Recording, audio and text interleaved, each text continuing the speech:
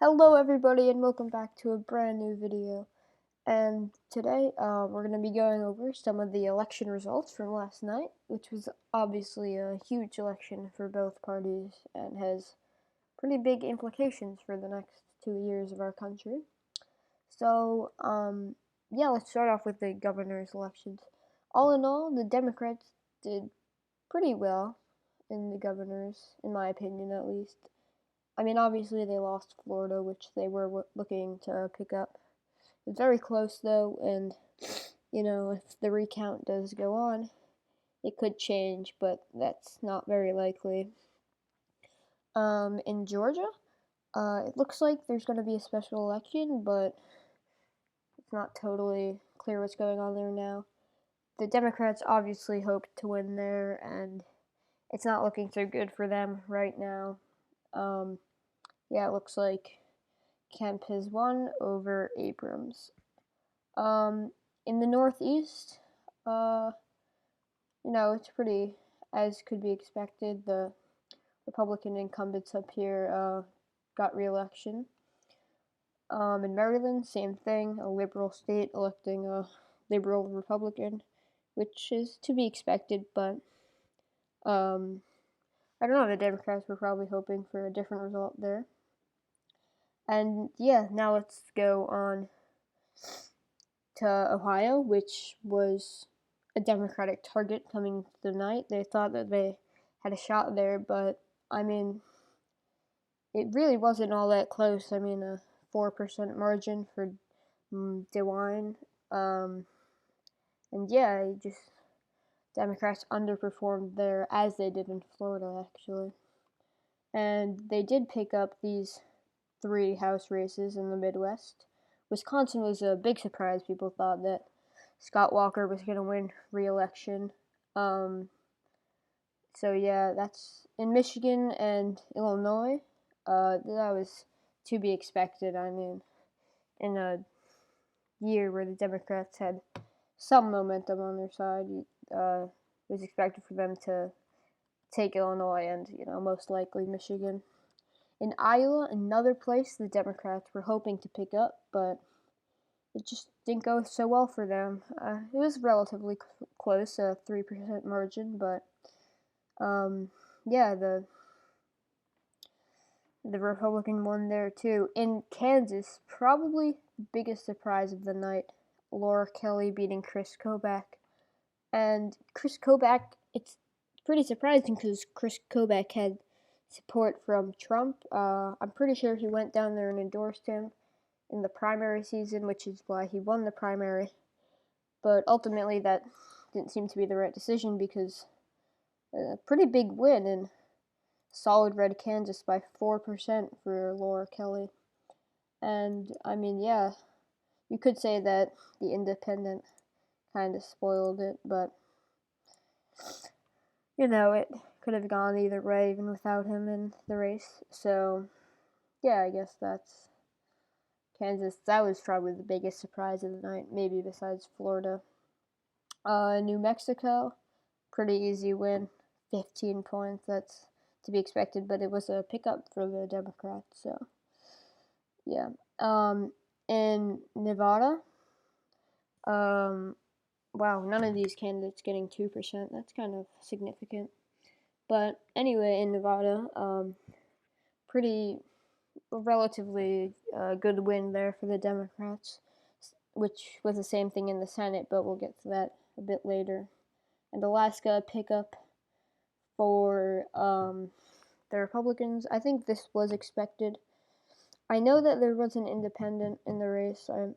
I think Bill Walker was the incumbent, but then he dropped out, and I think he endorsed the Democrat, but I guess he still got some votes. Okay, I guess we can't see the county level results, but yeah, I'm pretty sure Bill Walker dropped out and endorsed Begich, or however you say his name, but I guess that wasn't enough. Pretty good win for the Republicans there. So now let's move on to the Senate elections, which was obviously a pretty big win for the Republicans out there. I mean, I was very wrong in my prediction. So, yeah. Win in Florida for the Republicans. Again, if the recount goes on, then it could flip, but that's not very likely. That was a big surprise in Florida. Not many people were expecting that. In Indiana, I mean, that was a little more expected. Yeah, I mean, I thought that Donnelly would edge it out, but I guess not. Still some precincts to come in, but it's looking like Donnelly lost. In Tennessee, I mean, that was a big win for the Republicans. It looked like it was going to be a pretty close race, but Marsha Blackburn just pulled ahead, I guess. Same thing in Missouri. I mean, 6-point win over McCaskill, and yeah, that's a pretty significant margin in somewhere that was expected to be a toss-up. In Mississippi, in the special election, the Republican didn't win. That's only because there were 2 Republicans in the race in the first place. It's going to go into a special election, but it's like extremely likely that the incumbent Republican will win the race. In West Virginia, that wasn't a big surprise for me. I mean, Manchin's move to support Kavanaugh was pretty popular, which I guess pushed him over the edge in the end, and that was a state Democrats expected to win. In Ohio, same thing. It was a little close originally, but I guess Sherrod edged away in the final minutes of the race. New Jersey, yeah, I don't really think anyone expected the Republican to win there, but it was listed as a toss-up for the New York Times, if we can see that. Yeah, it was listed as a toss-up, so, you know. In North Dakota, an 11-point win for Kevin Cramer. Everyone expected that. Well, not everyone, but most people. But no, I don't think anyone expected it. Anyone expected it of that big of a margin. I mean, 11 points. That's pretty significant. In Texas, for a while, it looked like Beto. I don't know how to say his name, but it looked like Cruz was losing actually, and it looked like the Democrats might win there, but Cruz pulled out ahead in the final moments of the race. But anyway, this is pretty significant for the Democrats because it has been looking like Texas has been going more and more Republican. Democratic in the years go on, but that's a pretty significant win for them. Well, not a win, but it's kind of a win because they performed so well. In Arizona, still not called yet, but 99% of precincts are reporting, and a hard margin to overcome if there's only like 1% of the vote left, and pretty significant lead for McSally. Few more precincts in Pima County, and then just a few here, and yeah, it looks like it's a pretty easy win for McSally at this point. Again, not many people were expecting that. I expected it to go a different way too, but I was pretty wrong anyway, so yeah. I mean, in Nevada, that's a significant win in an election where the Republicans did so well in the Senate. So that should be, that's a good win for the Democrats. They really needed that because if they had lost there, then, I mean, that would have just kind of been the end. That would have been like a loss in almost all the toss-up states. And finally, going to Montana, Tester was down a few hours ago, but looks like he regained his lead, 3% margin there, so that's pretty good for him. Again, that still some precincts left in that county, and maybe a few others. And yes, still some left there, and none there. But yeah, it looks like Tester is gonna win with only 3% of the vote left to be counted, and that's a good win for him. I mean, it was expected, but it's always it's good for the Democrats that they picked that up. In Virginia, well, this wasn't really supposed to be a close race, but I thought I would touch on it anyway because, I mean, it's a pretty big win for the Democrats. Like, I mean, it's very big, a 15-point win in the race that was so close in the presidential election. And yeah, I think that's it. I was hoping for Gary Johnson to win, but a little disappointed after that one. So yeah, moving on to the House. Obviously, the Democrats picked up enough seats to take it back. I'm not going to go over all the toss-up races because that would just take too long. But I will go over some of the, I guess, bigger surprises. I think the biggest surprise for all of us is Oklahoma District 5. Like, that was, if you go down here, Oklahoma 5 expected to easily go for the Republicans, but I mean, clearly that didn't go so well for them.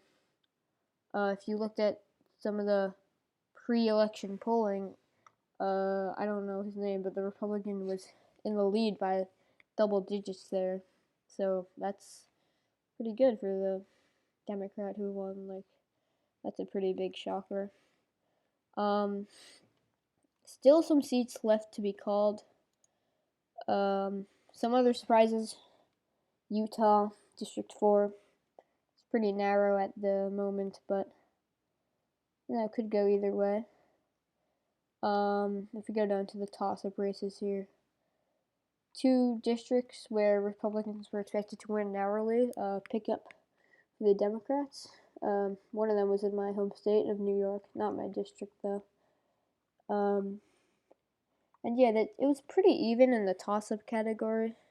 I guess a little more sided with the Democrats there, but we'll see who wins these remaining few districts and how it looks after all the votes have been counted.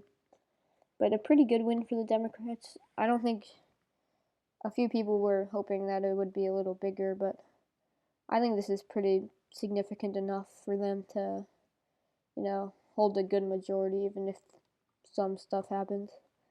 And one more thing I kind of forgot to go over, just kind of interesting to look at.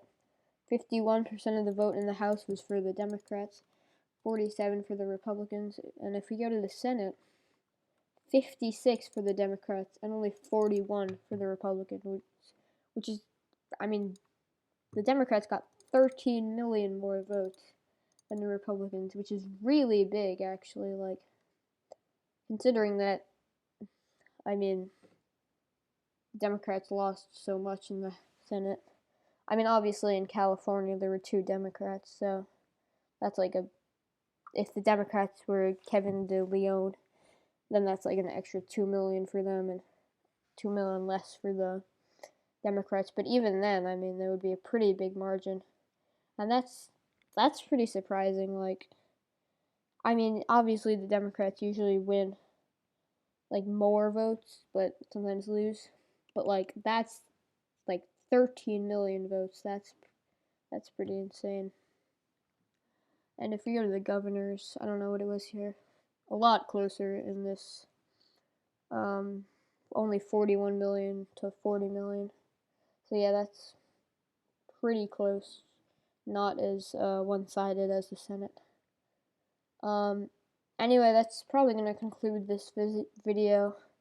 I mean, in the end, it's a divided Congress at this point, and it just shows that our country is being more and more divided as the Democrats win in the more like suburban and urban areas, and the Republicans continue to win in the more rural areas of the country. So yeah, that's going to be it for the video. Remember to like and subscribe if you want to see more of these. So yeah, thank you for watching.